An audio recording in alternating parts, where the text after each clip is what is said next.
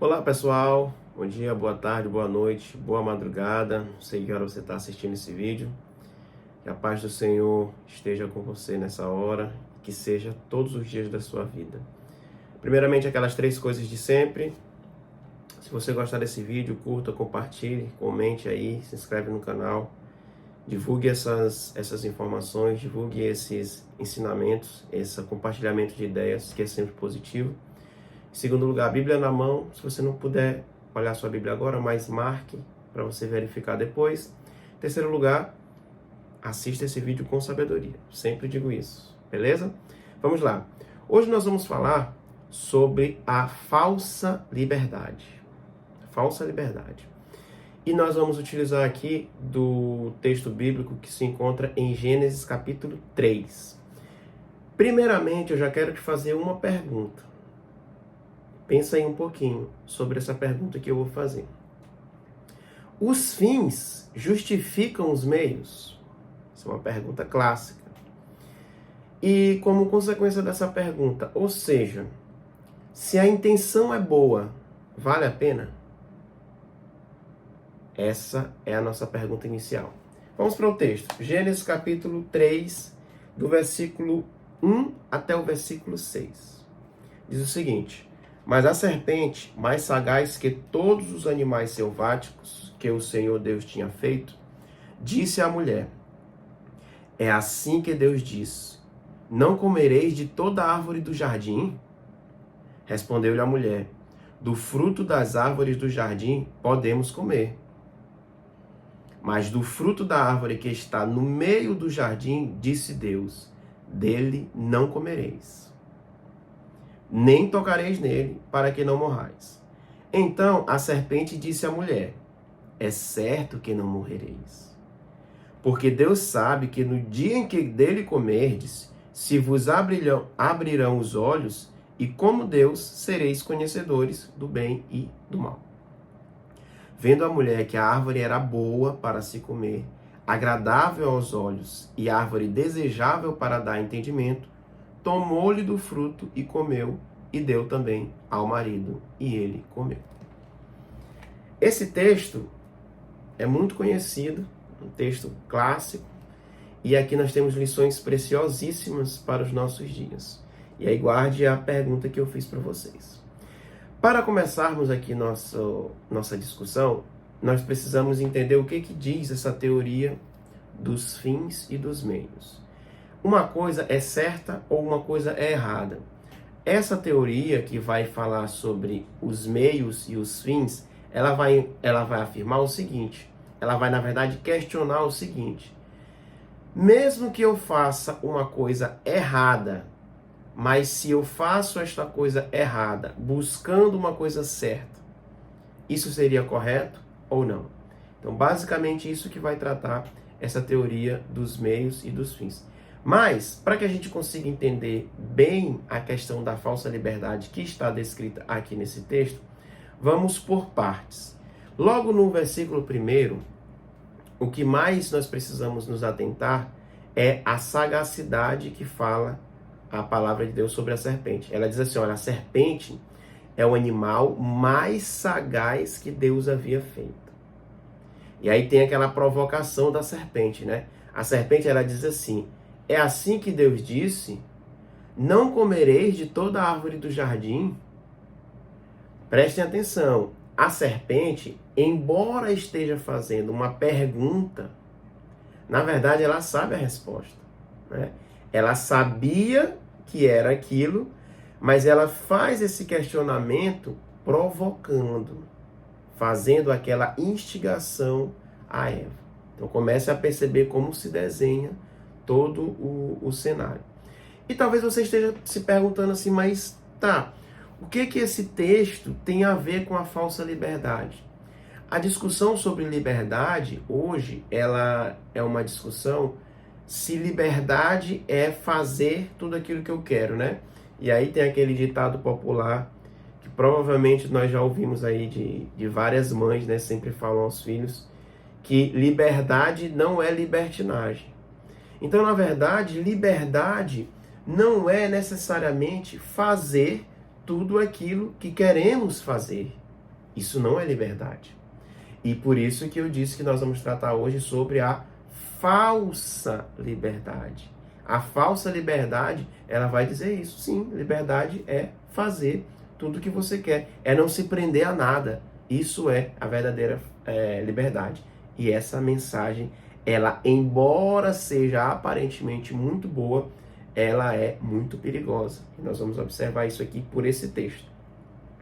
Lá no versículo 2 e 3, você vai observar que Eva dá ouvidos.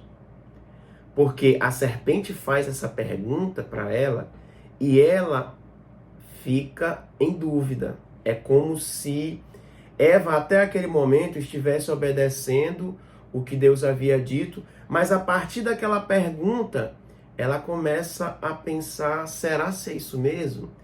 E isso acontece muitas vezes hoje, principalmente com os jovens. O jovem se encontra na igreja, se encontra buscando a palavra de Deus, se encontra ensinado pelos seus pais o caminho que deve seguir, e de repente vem um amigo, né, alguém do seu grupo social, e começa a fazer determinados questionamentos e começa a, de certo modo, dar a entender que, na verdade, aquele jovem está sendo enganado. Isso acontece muito, por exemplo, nas universidades. É muito comum que jovens cristãos, quando adentram nas universidades, comecem a questionar a sua fé. Porque começam a ouvir teorias principalmente filosóficas, teorias antropológicas, e que, de certo modo, com o uso de uma boa retórica, com o uso de um bom conhecimento científico, e um conhecimento científico aprofundado, acaba balançando um pouco aquele jovem que havia sido ensinado até ali somente acerca do cristianismo, acerca do evangelho de Jesus. E aquilo acaba sendo, de certo modo, atraente, por quê? Não porque é uma mensagem verdadeira, não porque é uma mensagem que realmente desperta o jovem para alguma coisa, mas porque é algo muito diferente. Porque é algo sutil, é algo capcioso. E aí o jovem, naquele período de vida ali, acaba sendo levado, certas vezes, a imaginar que, na verdade, aquilo que foi ensinado estava errado. E que, na verdade, existe uma outra percepção que é muito melhor. E nós vamos ver o quanto que isso é perigoso. E quanto que esse texto bíblico ele nos ensina a respeito disso. Então, no versículo 2 e 3, Eva dá ouvidos a essa mensagem da serpente. E aqui fica a nossa primeira orientação. Não dê ouvidos a conversas capciosas. Encerre o assunto. Não dê ouvidos. Algumas conversas, elas às vezes surgem como uma boa intenção, como uma boa aparência, com uma intenção de tirar a venda dos seus olhos.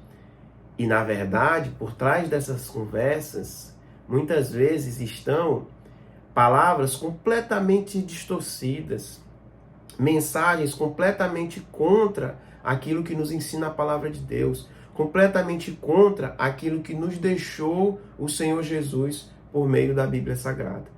Tome cuidado com essas conversas e fuja desses assuntos. No versículo 4, vamos observar que a serpente, ela mente para Eva. Observe, ela diz o seguinte: então a serpente disse à mulher, certamente que não morrereis. Ou seja, a serpente está dizendo o seguinte: olha, Deus, eu sei que Deus te falou que se vocês comessem, vocês iriam morrer. Eu sei que ele contou essa história aí para vocês. Mas isso não é verdade. Na verdade, olha como é interessante. A serpente mente para Eva, tentando fazê-la acreditar que, na verdade, Deus havia mentido para ela. É a mentira sobre uma suposta mentira. Porque Deus não mentiu para Eva. E nós vamos observar isso. Mas a serpente faz Eva acreditar que, na verdade, estava sendo enganada. Prestem atenção como as coisas se conectam. Lembra o exemplo do jovem na universidade? O jovem na universidade, às vezes, é levado a um conflito em que ele se pergunta: será que aquilo que eu fui ensinado, na verdade, não foi ensinado só para me enganar? Percebam como isso é muito sutil. Então, Eva é levada a acreditar que Deus havia mentido para ela. Que, na verdade, Deus contou uma história para que Eva não alcançasse uma verdade. Olha o quanto isso é perigoso. E aqui fica a nossa segunda orientação. Não duvide das palavras de Deus. Ele não mente. Ele não mente. Se ele determinou, se ele disse alguma coisa na sua vida, se a palavra de Deus assegura a você determinada verdade, não duvide. Pode qualquer pessoa dizer algo contra isso, mas não acredite, porque Deus não mente. No versículo 5 é interessante que aí vem a chance dessa falsa libertação. Versículo 5 diz o seguinte: porque Deus sabe que no dia em que dele comerdes, se vos abrirão os olhos, e como Deus, sereis conhecedores do bem e do mal. A serpente planta na cabeça de Eva a seguinte mensagem: Deus te contou uma história para te permitir ficar só nessa mentira que ele criou. Ele não quer que você alcance a verdade que ele já alcançou. E aí, aqui tem duas coisas principais. A primeira é essa mentira que é lançada, e a segunda é do sentimento humano de querer ser igual a Deus. Repare que o texto diz o seguinte: porque Deus sabe que no dia em que dele comerdes, se vos abrirão os olhos, e como Deus, ou seja, como ele. Na verdade, a serpente jogou uma ideia para Eva de que ela estava sendo meramente humana, mas que na verdade ela tinha a possibilidade de ser como Deus. Perceba como é sutil. E aí, uma orientação aqui valiosíssima. Não ouse querer ir além do que lhe é devido. Não ouse querer ser Deus. Não ouse querer ir além daquilo que lhe é devido. Isso é muito perigoso e isso normalmente leva a lugares muito ruins. E aí no versículo 6 vem a queda. Vendo a mulher que a árvore era boa para se comer, agradável aos olhos, e árvore desejável para dar entendimento, tomou-lhe do fruto e comeu, e deu também ao marido, e ele comeu. Aqui tem uma parte sobre a aparência preciosíssima. Repara que o texto fala que a árvore era boa para se comer. A mulher vendo que a árvore era boa para se comer, agradável aos olhos. Que mensagem que está sendo dita aqui? A mensagem da aparência, aquilo que parece ser muito bom, aquilo que parece uma liberdade, aquilo que parece ser extremamente proveitoso, extremamente libertador, e não é. Aqui fica mais uma orientação. Fuja das aparências. Busque as coisas pela essência do que são, não por aquilo que elas aparentam ser. Essas aparências levam a um fim terrível. Ainda no versículo 6, falando sobre a queda, é muito interessante quando diz assim: desejável para dar entendimento. Aquele fruto aparentemente era desejável para dar entendimento. E o pior de tudo é que o texto fala que Eva comeu e deu também ao marido. E aqui mais uma grande lição, e dessa lição uma grande orientação: não propague o erro. Muitas vezes, alguém, além de cometer aquele determinado erro, além de cair nessa conversa, nessa fala manhosa ali da falsa liberdade, às vezes acaba propagando essa informação para outras pessoas, dizendo, olha, na verdade, a Bíblia fala que você não pode fazer isso aí na verdade é só para você se sentir preso, isso é só para você não alcançar determinada coisa. E além de cometer o erro, além de cair nesse golpe da falsa liberdade, acaba gerando a informação para outras pessoas, propagando coisas erradas para outras pessoas, o que é extremamente perigoso. Então, primeiro que o ideal é que nem se caia nesse erro, nem se caia nessa falsa liberdade. Nós não fomos criados para fazer tudo aquilo que nós queremos fazer. Nós não fomos criados para agradar totalmente o nosso coração e a nossa carne, mediante tudo aquilo que nós queremos fazer. Não é isso. Porque nós temos sim pensamentos errôneos, nós temos sim desígnios em nossos corações de coisas que não agradam a Deus. Então nós não fomos criados por Deus para ser livres, não essa liberdade do tipo libertinagem, essa liberdade que se pode fazer qualquer coisa. Não é essa liberdade que o Senhor tem para nós. A liberdade que nós fomos criados para com o nosso Senhor Jesus Cristo é uma liberdade que sim, nós podemos fazer, nós podemos pensar com a nossa própria cabeça, nós podemos dar os nossos próprios passos, mas sempre levando em consideração a palavra do Senhor, essa palavra que age em nossos corações, essa palavra que transforma as nossas vidas. Essa palavra, embora muitas vezes ela acabe por mitigar a nossa sensação, a nossa falsa percepção de liberdade, ela sempre nos leva para o caminho correto. Então, embora às vezes pareça que o cristão, o jovem, o adolescente, o adulto, enfim, a pessoa esteja sendo tolhida de sua liberdade, na verdade não é assim. Na verdade, quando se segue a palavra do Senhor, sempre se alcança as melhores coisas. Sempre nós conseguimos trilhar o verdadeiro caminho que o Senhor Jesus tem para nós. Então, fica aqui essa nossa reflexão para o dia de hoje. Fujamos dessa falsa liberdade.